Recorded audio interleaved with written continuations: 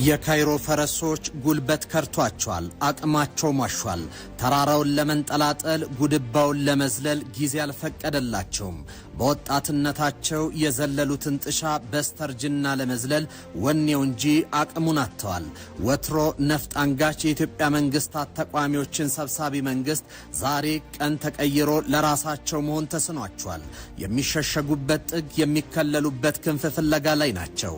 የሽብርና የነውጥ ፈረሶች ጌታ ኢትዮጵያ የምትባል አገር ከአባይም በቀይ ባህርም እንዳትሰለጥን 9 ትንንሽ አገር የማድረግ ክፉ ትልም በፈረሶቹ ስላልተሳካ የፈረሶቹ ባልደራስ ከነፈረሶቹ መጥቷል። ካይሮ በተለይም ባለፉት 7 ዓመታት ኢትዮጵያን በጦር ኃይል ለመክበብ በዙሪያው እየሰፈፈች ነው። ኢትዮጵያ ከሱዳን ተፋላሚዎች የጠመንጃ ከትከሻ ለማውረድ ስትታትር ግብጽ ጎራ ለይታ በእሳት እየተተጋተገች ነው። ከደቡብ ሱዳን ጋር በፓጋግ ወታደራዊ ልምምድ ለማድረግ ያደረገችው ሙከራ አልተሳካም።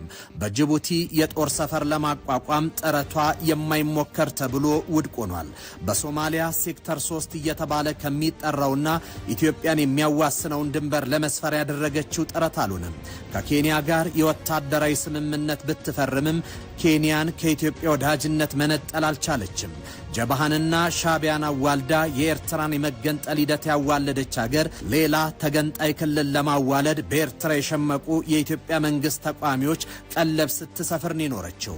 በኢትዮጵያ የውስጥ ፖለቲካ ግጭት እሳቱ ላይ ሀገሩን ይበትናል ብላ ነዳጅ ብታርከፈክፍም በኢትዮጵያ ያሉ የፖለቲካ ግጭቶች እየበረዱና እየሰከኑ መጥተዋል።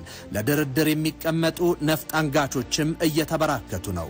በአባይ የተሸነፈች ግብጽ በአባይ አስታካ የኢትዮጵያን የቀይ ባህር ጉዞ ለማደናቀፍ ከነፈረሶቿ መታለች። የግብጽ የውጭ ጉዳይ መስሪያ ቤት መግለጫዎች፣ የዲፕሎማሲ ዘመቻዎች፣ የጦር ስምምነትና ኢትዮጵያን በጦር የመክበብ ክፉ ትልም ኢትዮጵያን ከቀይ ባህር የማረግ ግባምዶች ናቸው። ኢትዮጵያ በአባይ ያሳካውትን በቀይ ባህር ደግሞ አለው ተላላኪ ፈረሶቹም ሆኑ የፈረሶቹ ጌታ ባልደራስ አይከለክሉኝም ብላለች። የኢትዮጵያ የውጭ ጉዳይ መስሪያ ቤት በመርህ በሕግ ላይ በተመሰረተው የአሸናፊነት ጉዟችን እንቀጥላለን የሚል መልስ ለበድር አብድላቲ መስሪያ ቤት ክስ ምላሽን ሰጥቷል። ጤና ይስጥልኝ። ይህ ኢትዮ መልህቅ ነው። ከህዳሴ ግድብ መጠናቀቅ በኋላ ግብፃውያኑ በኢትዮጵያ ላይ የከፈቱት ዘመቻን ይቃኛል። ካይሮ በአባይ ወንዝ ላይ ስጋት የፈጠረባት ጉዳይ ምንድን ነው? ግብፅ ኢትዮጵያን ለማተራመስ ከምትጠቀማቸው ፈረሶች ባሻገር ወደ ቀጠናው ራሷ ለምን መጣች? በዓለም ፖለቲካ ላይ የሚጎራበጡት የምስራቅና የምዕራባውያን ሀያላት በኢትዮጵያ የቀይ ባህር ጥያቄ ስለምን የጋራ አቋም ያዙ የሚለውን እያየን አብረናችሁ ቆይታ እናደርጋለን። አብራችሁን ቆዩ።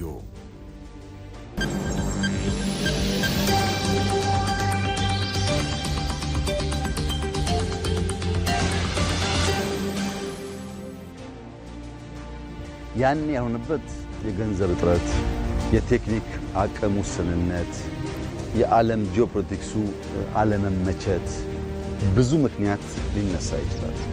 አሁን ደግሞ የሆነበትን ስንመለከት አንደኛ ከጂኦፖለቲክስ ኩስመና ወደ ተሻለ ቁመና እየተሸጋገርን ያለንበት ጊዜ ነው። የነበረውን የጂኦፖለቲክስ ኩስመና አንቀበልም፣ ለኛ አይመጥነንም፣ ለቁጥራችን፣ ለስፋታችን፣ ለህዝባችን ታሪክ የሚበጅ አይደለም ብለን የተሻለ ቁመና በጂኦፖለቲክስ ለመያዝ እየሰራ ያለንበት ዘመን ነው። አጠቃላይ አሁን ብቻ ሳይሆን ወደፊት ወደ ኋላ ሄደን ማለት ነው። እነዚህ አስቻይ ጉዳዮች የዘመናት ህልም፣ የዘመናት ለቅሶ፣ የዘመናት እንጉርጉሮ ወደ ፍሬ ወደ ውጤት እንዲሄዱ ያስቻለ ነው ተብሎ ሊወሰድ ይችላል። ጠቅላይ ሚኒስትር አብይ በስልጣን ዘመናቸው የመጀመሪያ ወራት ወደ ግብጽ አቅንተው ፈጣሪያይ ለመነኝ አልጎዳችሁም ቢሏቸውም ግብፃውያኑ ከጠቅላይ ሚኒስትሩ ቃል ይልቅ የኖሩበትን ፍርሃት ማመን ቀንቷቸዋል። I want to tell the Egyptian people, we Ethiopians abide to the principles of brotherhood and good neighborhood. We fear God. Therefore, we have no desire to cause harm to the Egyptian people. የኢትዮጵያ ሐሳብ ያብረን እንልማ ነው። የኢትዮጵያ ሐሳብ የጋራ ብልጽግናና እድገት ነው። ጠቅላይ ሚኒስትር አብይ በስልጣን ዘመናቸው ካሳኩት ድል ግድቡ ግንባር ቀደም ነው። ጠቅላይ ሚኒስትሩ ግድቡን በማጠናቀቃቸው ለኢትዮጵያ ብቻ ሳይሆን ቀጠናውን በብርሃን ገመድ የሚያስተሳስር የአብሮነት ጥላ ሆኗል። በተለይ የታችኞቹ ተፋሰስ ሀገራት ለግብጽና ሱዳን ትልቁን ውለታ ነው ያሉት። የጠቅላይ ሚኒስትሩ የፕሮጀክት አፈጻጸም መሻሻል እንዲኖር ማድረግና ብርቱ ክትትላቸው ተጨምሮበት ህዳሴ ግድብ እንዲጠናቀቅ አድርጎታል። ይህም ዘንድሮ በኢትዮጵያ ደጋማ አካባቢዎች የዘነበው ከፍተኛ ዝናብ ሊያስከትል ከሚችል የጎርፍ አደጋ ሱዳንንም ግብፅንም ታድጓል። ትነትን በመከላከል ደለልን በመቀነስ ውሃውን በማቀብ ከጎርፍ በመከላከል ዓመቱን ሙሉ የተመጣጠነ ውሃ እንዲደርሳቸው የሚያደርገውን የህዳሴ ግድብ ፕሮጀክት ግድቡ በመጠናቀቁ እኚህ ሁሉ በረከቶችን እንዲያፍሱ አድርጓቸዋል። ታዲያ ግድቡ ይህን ያክል አዋጪ ከሆነ ግብፃውያኑ ለምን ከኢትዮጵያ ጋር በተቃርኖ ቆሙ? ስጋታቸው ምንድን የሚለውን እንመልከተው። አንደኛ፣ ቀጣይ የኢትዮጵያ ዘመን ብራነት ነው። እርግጥ መጪው የኢትዮጵያ ዘመን ብሩ ነው፣ ለጠላት ደግሞ ያስፈራል። የኢትዮጵያ የኃይል ኢነርጂ ግንባታ ውጥኖች ሀገሪቱ የአህጉሪቱ የኢነርጂ ማዕከል የሚያደርጉ ናቸው። በቀዳማዊ ኃይለ ሥላሴ ዘመን ግብፅ በሩሲያ ድጋፍ አስዋንን ስትገነባ ኢትዮጵያ በአባይ ወንዝ ላይ ተመሳሳይ ግድብ ለመገንባት እቅድ ያዘች። ነገር ግን ይህን በወቅቱ ማሳካት ያልቻለችው ኢትዮጵያ በአባይ ላይ ከመተከዝ ያለፈ ጉልበት ሳይኖራት ዘለቀ። በትውልድ ቅብብሎሽ በጋራ ትብብር እውን ያደረገችው ህዳሴ ግን ሁሉንም ነገር ቀየረው። ይህ ኢትዮጵያ እስከ መጨረሻው ከድህነት የሚያወጣ እውነት ነው። ይህንና ሀገሪቱ በሌሎች ዘርፎች ለመስራት የምታቀዳቸው ሜጋ ፕሮጀክቶች ሀገሪቱን ከድህነት ብቻ ሳይሆን በብልጽግና ከፍታ ላይ የሚያቆሙ ምሰሶች ናቸው። ለዛ ነው ኢትዮጵያ ወደ አባይ እንዳታማትር የምትደረገው። ለዛ ነው በአባይ ላይ ከተሰራው ይልቅ በቀጣይ የሚሰራው የሚልቀው።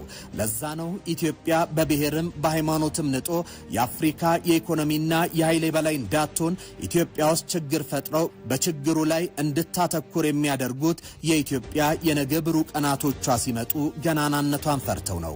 ሁለተኛው የግብጾች ስጋት የሀገሪቱ የማድረግ አቅም ነው። ኢትዮጵያ አስገራሚ የፕሮጀክት አፈጻጸም ደረጃ ላይ ናት። ከየትኛውም ዘመን ይልቅ ሀገሪቱ የጥቃት ኢላማ ለምን ሆነች ለሚለው ዙሪያ ገብ የመረጃ ማሰባሰብን ለሚወድ ፍላጻዎቹን የሚያከፋፍሉት እጆች ጋር ያደርሷል። ዘርዘር አድርገን እንመልከተው። የጠቅላይ ሚኒስትሩ አመራር ህዳሴውን በሜቴክ ጥላ ውስጥ የተሰበሰቡ ዘራፊ ችን አባሮ በብቁ ኮንትራክተሮች የዘገየውን የኤሌክትሮሜካኒካልና የሃይድሮሜካኒካል ስራው ከግድቡ ሲቪል ስራ ጋር በኩል እንዲሄድ በማድረግ ግድቡን አጠናቋል። ይህ ለካይሮ ሰዎች ህመም ነው። የግድቡ ትልቅ ጥፋትን አርሞ አጀንዳውን መዝጋት ግብጾቹ በሜቴክ ምክንያት ያገኙትን ድል ካፋቸው ላይ ነጥቀውታል። ይህ ሌላኛው ቁስል ነው። ሲቀጥል ኢትዮጵያ በህዳሴው ግድብ ብቻ አልገደብም የማለቷ እውነት ነው። አፈር እንዳይሸረሸር ያረንጓዴ ልማት ከመስራት ባሻገር ግዙፍ የሃይድሮ ኤሌክትሪክ ኃይል የማስቀጠል ግብን ለማሰናከል የብጥብጡ ባልደራስም ፈረሶችም የባሌንም የቦሌንም መንገድ እንደሚጠቀሙ ይፋ አድርገውታል። ከዚህ ባሻገር ጠቅላይ ሚኒስትር አብይም ሆኑ አሁን ያለው ሀገር እየመራ ያለው አመራር የኢትዮጵያን የግዛት አንድነት መጠበቅ ያጣቸውን የባህር በር የማስመለስ አጀንዳ ዳግም የኢትዮጵያ ፖለቲካ ልሳነ ምድር ላይ አጀንዳ ማድረጋቸው ኢትዮጵያን በአህጉሩ ላይ ጌታ የሚያደርጋትን ፕሮጀክቶች መጀመራቸው ለግብፃውያኑ የነገን ገናና ሀገር እየሰሩም ነው እየከዋሉም ነው በሚል ስጋት ውስጥ ከቷቸዋል። ይህ እውነት ኢትዮጵያ ላይ ከንፈር እንዲነክሱ ያደረጋቸው ሌላኛው ምክንያት ነው። ሌላው ፕሮጀክት የማጠናቀቅ አቅም ነው። ኢትዮጵያ ፕሮጀክት የምትጀምር ብቻ ሳትሆን የምትጨርስ ሀገር ጭምር ናት። ኢትዮጵያ በፕሮጀክት አፈጻጸም ሪከርዷ ፈጣንም ስኬታማም ነው። ይህ የፕሮጀክት አፈጻጸም ስኬት ለካይሮ ሰዎች ስጋት ነው። ግድቡን አጠናቅቃለሁ ባለችው መሰረት በጥብቅ ክትትልና አመራር ሰጭነት ግድቡን ተቋጭቷል። በቀጣይ ሌሎች ኃይል ግድቦችን ከመጣችበት ፈጣን እርምጃ ትራክ ሪኮርድ አንጻር ሀገሪቱ ታሳካዋለች ብለው ሰግቷል። ሶስተኛው የቀይ ባህር ጉዳይን የመቤዠት ፕሮጀክት ነው። ይህ ባለፈው 30 ዓመታት ነውርም ውግዝም የሆነ አጀንዳ የዛሬ 2 ዓመት በፊት አጀንዳው ነውርነቱ እንዲያበቃ ሆኗል። የዓለም የ1 ትሪሊየን ንግድ የሚንቀሳቀስበት ቀጠና ግብፅ ስዊዝ ካናልን በመቆጣጠር የኢኮኖሚም የወታደራዊ በላይነትም አላት። ኢትዮጵያ በባበል ኤልመንደብና በስዊዝ ካናል ላይ እሰየማለሁ የማለቷ ጉዳይ ካይሮን ያስደነገጠ እውነቷ ሆኗል። ኢትዮጵያ በቀይ ባህር ላይ ከተሰየመች ግብፅ በባህሩ ላይ ያላት ነባር የበላይነት ያከትማል። የቀጠናው የጂኦፖለቲካ የበላይነት ከካይሮ ወደ አዲስ አበባ ይቀለበሳል። በመካከለኛው ምስራቅ ከምዕራቡ ዓለም ጋር ያላት ወሳኝነት በሌሎች ከምዕራቡ ዓለም ጋር ግንኙነት ግንኙነታቸውን ባደሱ ሀገራት የተነጠቀችው ግብጽ በቀይ ባህር ላይ ያላት ጌትነትም በአዲስ አለቃ ሊተካ ተቃርቧል። እዚህ ጋር የመሪው ግብ የመፈጸም አቅም ያለፈ ትራክ ሪኮርድና የማድረግ ፍጥነት ግምት ውስጥ ያስገቡት የካይሮ ሰዎች በአባይ ላይ ተጨማሪ ፕሮጀክቶች ሳይገነቡ የቀይ ባህር ዳርቻን ከመቆጣጠራቸው በፊት ኢትዮጵያውያንን እናስቁማቸው በሚል የበድር አብዱላቲ የውጭ ጉዳይ መስሪያ ቤት ሩጫ ውስጥ ገብቷል። የወታደራዊም የዲፕሎማሲም ጫና በማድረግ እናስቆማቸዋለን የሚለው ግብግብም ከሀገሪቱ ፕሮጀክትም በፍጥነት የማጠናቀቅ አዲስ ልምምድ የፈጠረው ስጋት ሆኖ ተገኝቷል። ይሄ ሲሄድብን የኖረ ውሃ ሀብት ብቻ ሳይሆን ህልማችንም ጭምር ስለሆነ ሲሄድ የነበረው ያንን ገጥቶ ውሃው ላይ መጓዝ ውሃው ላይ መጠቀም ለመጀመር የተለየ ክትትልና ስራ ይጠይቅ ነበር። ያው እንደምታውቀው እኔ ከሳምንት 7ቱም ቀን በሚባል ደረጃ ከአንድ ሰዓት በፊት ቢሮ ነው ያለሁት እና ቢሮ ስገባ ብዙ ሰው በማይገባበት ሰዓት ሰራተኛው እስከሚገባ እንደነዚህ አይነት ቅድሚያ የሚሰጣቸውን ጉዳዮች ነው ማየው። እንደዚህ አይነት ደግሞ በጣም የሚከታተሉ ሰዎች እኛ አካባቢ እንዳሉ ታውቃለህ። ቢሮአችን በጣም ዲቮትድ በሆኑ ሰዎች የተሞላ ነው። ለምሳሌ ፕራይም ሚኒስትር ኦፊስ አንድ ሰዓት በኢትዮጵያ ጠዋት የመጣ ሰው ልክ ሚድዴይ ላውታ እንዳለ ነገር ሊያስብ ይችላል። ጠዋት በጣም የደመቀ የሥራ ቦታ ነው ያለው። ይሄ ብቻ ሳይሆን ዋና ዋና ስራዎች በቅደም ተከተል ይታያሉ። አባይን ጨርሶ የታሪክ ጥፋት ኢትዮጵያ ውስጥ ማረጋገጥ ግን የመጨረሻው ጸሎቴ የመጨረሻው ምኞቴ የነበረው። ኢትዮጵያ እየሰከነች ነው። ሀገሩ እየሰከነ መምጣቱ ለግብፃውያን ስጋት ነው።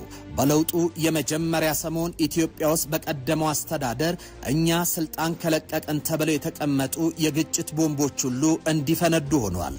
ሀገሪቱ በግጭት ተንጣ ታይታለች። ከዚህ ባለፈ ለ2 ዓመታት የተደረገው የ2013ቱ የሰሜኑ ግጭት የኢትዮጵያ ትልቁ ፈተና ነበር።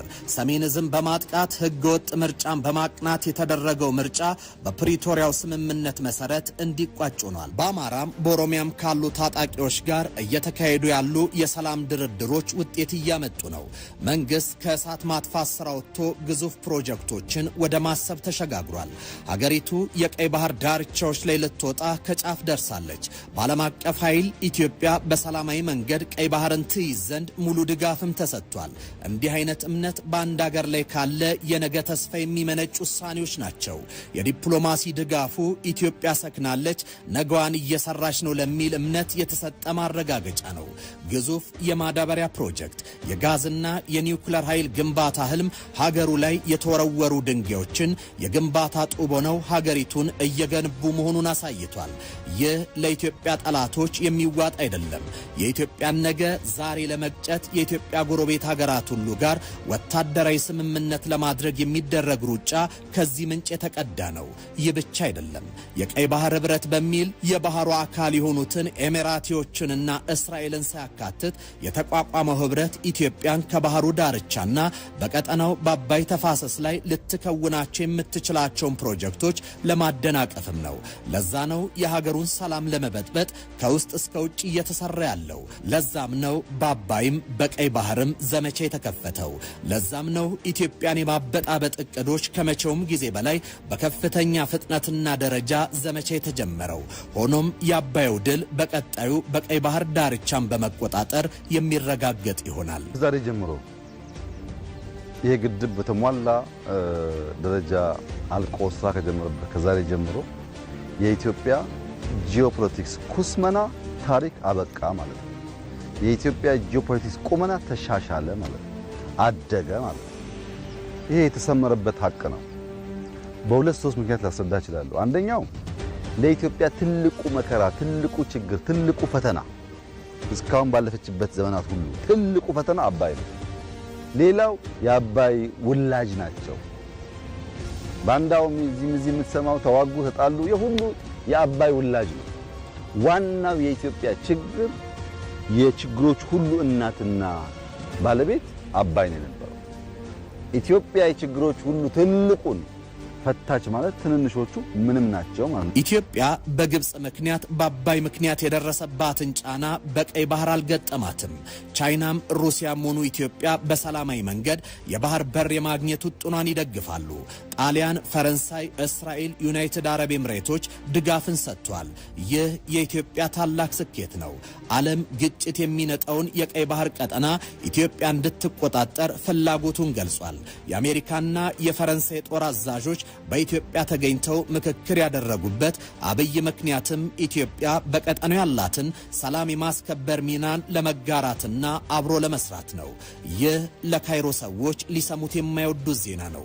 የኢትዮጵያ ዓለም አቀፍ ድጋፍ ማግኘት፣ የተሳኩ የልማት ፕሮጀክቶችና ወደ ተግባር የተገባባቸው ፕሮጀክቶች አልፎም የታጠቁ ኃይሎች ድርድር በሀገራዊ የምክክር ኮሚሽን የጋራ የመግባባት ለመፍጠር የሚደረገው ጥረት ስኬታማ እየሆነ ነው። ኢትዮጵያን የቤት ስራ ሰጥቼ አስቆማለሁ የሚለው የግብጽ ሰዎች ሐሳብ ኢትዮጵያ ማስቆም ችላለች። ይህን የተረዱ የካይሮ ሰዎች ፈረሶቻቸውን ከመላክ ይልቅ ራሳቸው መጥቷል።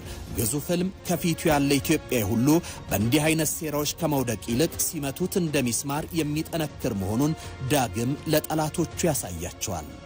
የተወደዳችሁ ተመልካቾቻችን የዛሬን ኢትዮ መልሕቅ በዚህ ቋጨን። በቀጣይ በሌላ ርዕሰ ጉዳይ እንገናኛለን። በያላችሁበት ሰናይ ጊዜ ይሁንላችሁ።